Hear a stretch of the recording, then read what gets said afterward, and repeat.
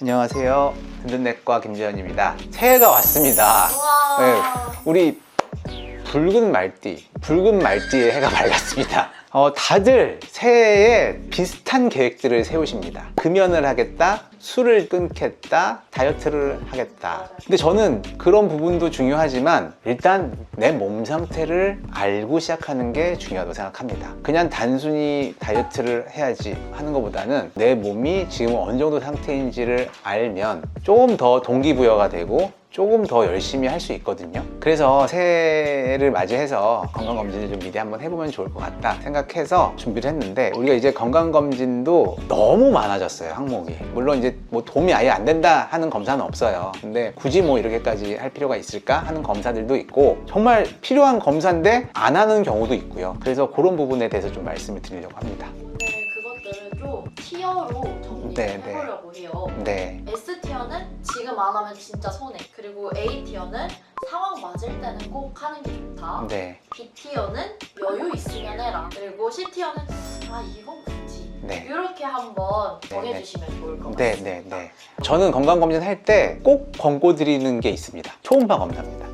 우리가 이제 건강검진으로서 제일 중요한 거는 저는 인체에 무해해야 한다고 생각합니다. 그리고 우리나라에서 5손가락 안에 드는 암 정도는 건강검진할 때 좀 체크를 해주는 게 좋지 않냐, 그렇게 생각을 합니다. 여성암 같은 경우는 갑상선이랑 유방이 굉장히 큰 부분이거든요. 그런데 갑상선 부분은 건강검진에 포함이 안 됩니다. 그런데 갑상선은 초음파로 간단하게 볼 수가 있어요. 그 환자분들이 가끔 초음파도 방사선이라고 생각하세요. 그래서 초음파 자주 하면 안 좋다던데요, 이렇게 말씀하세요. 근데 아니에요. 초음파는 인체에 무해합니다. 어제하고 오늘에도 전혀 상관이 없어요. 그리고 여성암 2위 유방암은 물론 나라에서 유방 촬영 검사를 제공을 합니다. 하지만 그것만 의존하기에는 놓치는 병명이 너무 많고, 그리고 남성분들은 전립선 초음파, 그리고 나머지가 이제 위, 대장, 폐, 간 정도거든요. 그래서 간 초음파는 사실 저는 이제 간암도 물론 그 암 순위에 들어가긴 하지만 간암보다도 지방간과 담낭, 췌장 이 부분을 같이 볼 수 있다는 장점이 있거든요. 간 초음파, 전립선 초음파, 여성분들은 갑상선 유방 초음파, 이렇게 좀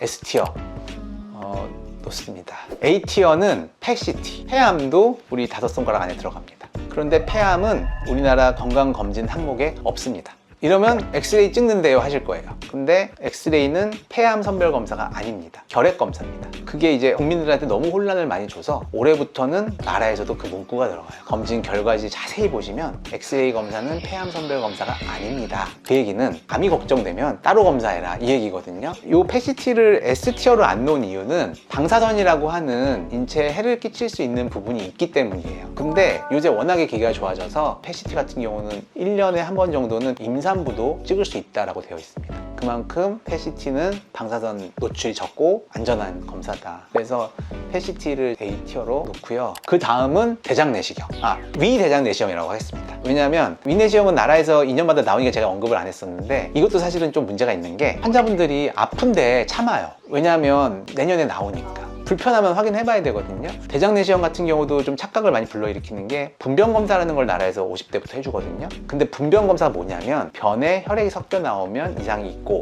혈액이 섞여 나오지 않으면 이상이 없다라고 나오는 검사예요.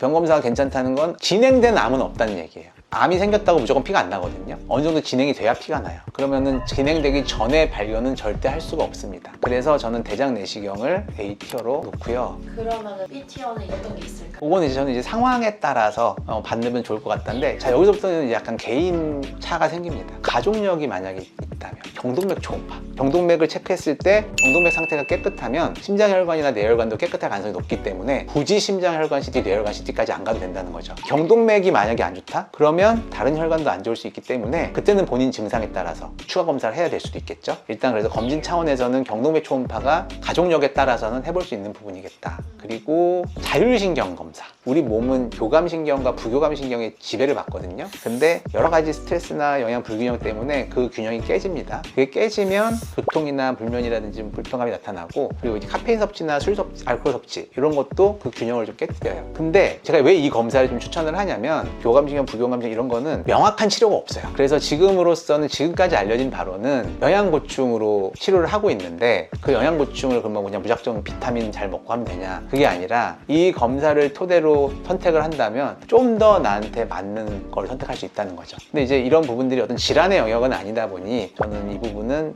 A티어, S티어까지는 아니고 뭐 B티어 정도 다 괜찮다는데 나는 왜 이렇게 피곤하지? 하다면 한번 해볼 수 있는 검사다. 그러면 이제 마지막 굳이 싶은 C티어가 있을까요?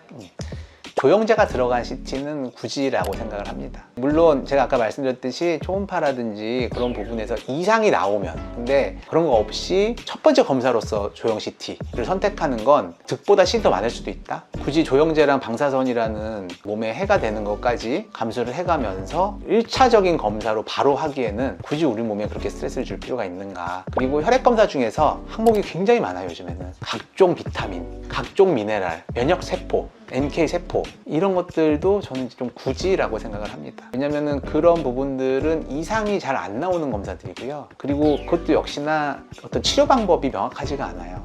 물론 뭐 서비스로 해준다면야 좋겠지만, 굳이 비용을 많이 내가면서 그런 검사를 하기보다는 좀 더 필요한 검사, 좀 더 위험하기 전에 발견할 수 있는 검사, 그런 부분들을 좀 선택을 하시는 게 좋을 것 같습니다. 마지막으로 엔딩 멘트 해주시면 될 것 같습니다. 새해에 세우는 대부분의 계획이 건강에 관련된 게 많을 거고요. 그리고 많은 분들이 그러지 않을까요? 돈에 관련된 게 많지 않을까요? 그리고 자기 이제 미래에 대한 설계, 그거에서 가장 기본이 되는 게 저는 본인의 현재 몸 상태라고 생각합니다. 내가 내 현재 몸 상태를 모른 채 어떤 계획을 세운다는 거는 저는 큰 의미가 없다고 봅니다. 제일 중요한 게 현재의 몸 상태라고 생각하고, 한번 올해부터는 좀 미리 받아보시는 게 어떨까 좀 제안을 드립니다.